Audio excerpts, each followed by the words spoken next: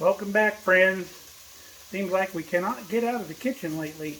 I've been doing lots of cooking. So today I'm going to share with you my world famous lasagna recipe. It's quite a crowd pleaser, and it's very well requested a lot for large events, and it's a good way to feed a lot of people. So let's jump right into it.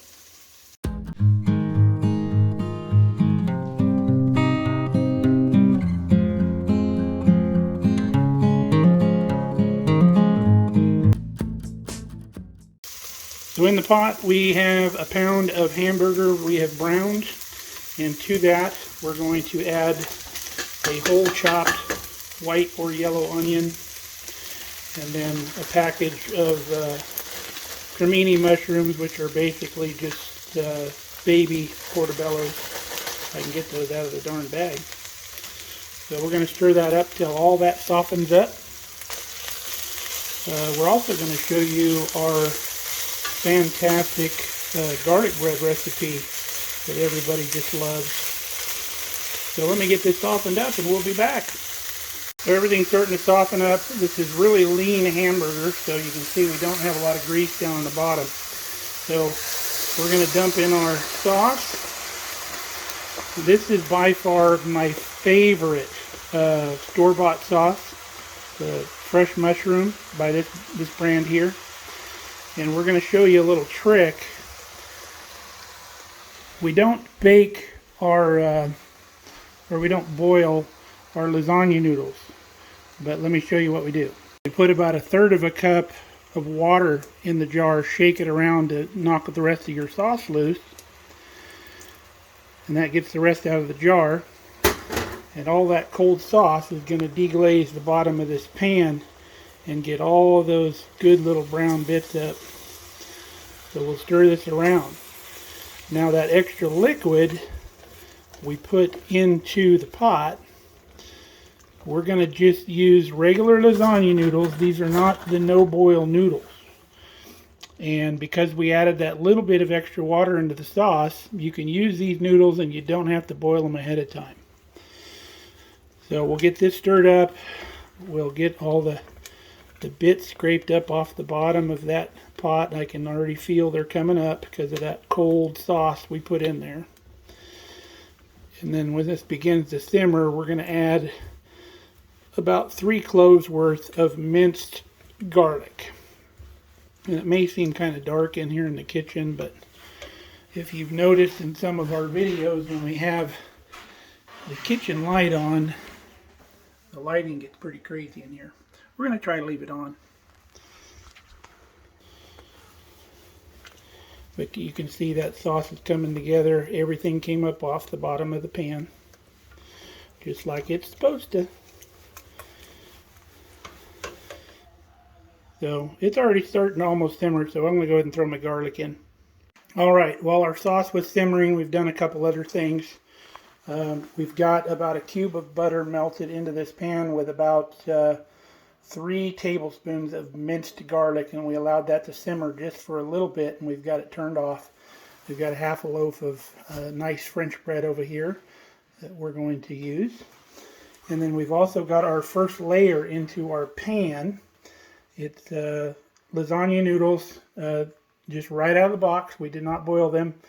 And you spread a little ricotta cheese on the top, because it's much easier to spread the cheese on these hard items as it is to put in like a soft mix.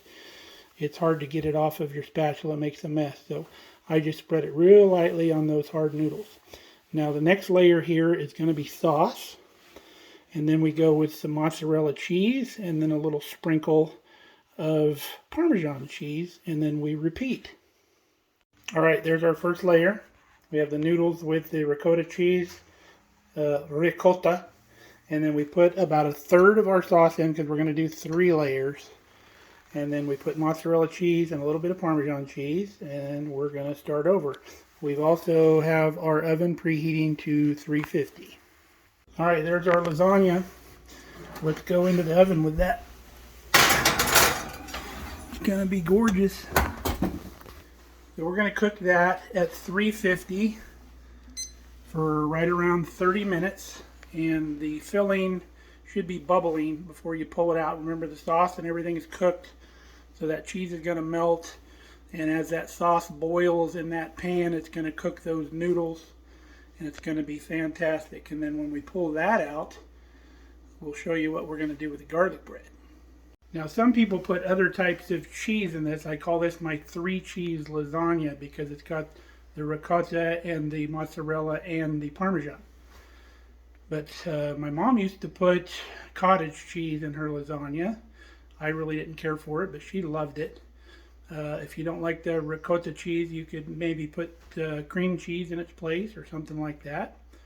Or some other flavor of cheese. It doesn't have to be an Italian cheese, but I like it this way. So if you try it this way, I think you'll really like it. Alright, you can see our lasagna bubbling, and it's ready to come out. So it's going to be a 2-hand operation, so we'll come back when we're done. Alright, look at that. Isn't that gorgeous? Super yummy. So we're going to switch our oven to broil, and then we'll get that bread put in. Now, making this bread is going to be different than what you're used to, but it's really good. We've been making it this way for quite a few years, and it comes out really nice. So when we're ready to put the bread in, we'll come back. Alright, the broiler's going good. So we're going to put our bread under the broiler. Now, if you've never cooked bread in a broiler, it cooks very fast. So you don't want to walk away. It's going to take probably 2 minutes at the most to turn that a nice, good golden brown. 3 minutes, it'll be black. Okay, that was actually only about a minute. It went really fast. So we're going to get our brush with our butter and start buttering our bread. You want to put a very liberal amount of butter on your bread and get that garlic picked up. Now, if you're doing a lot of this stuff, we would dump all of our garlic butter into a shallow pan, just like the baking sheet we have here, and you could just turn the bread over and dip it into the garlic butter, like if we were catering and feeding a couple hundred people and cooking a whole bunch of bread. That's the way we used to do it. We would just dip it into a pan of garlic butter. So we're going to get as much butter out of that pan as we can. We can even grab our pan and put our butter on this way. Lots of butter. It'll soak into that bread. Then now it'll pick up the garlic a little bit easier. You got that garlic and that butter all over that bread. That's what she looks like. And then we put a little more magic on it. Get you some Parmesan cheese. And top the bread with, it's not the grated Parmesan, it's the really fine Parmesan. Like that. There's your garlic bread.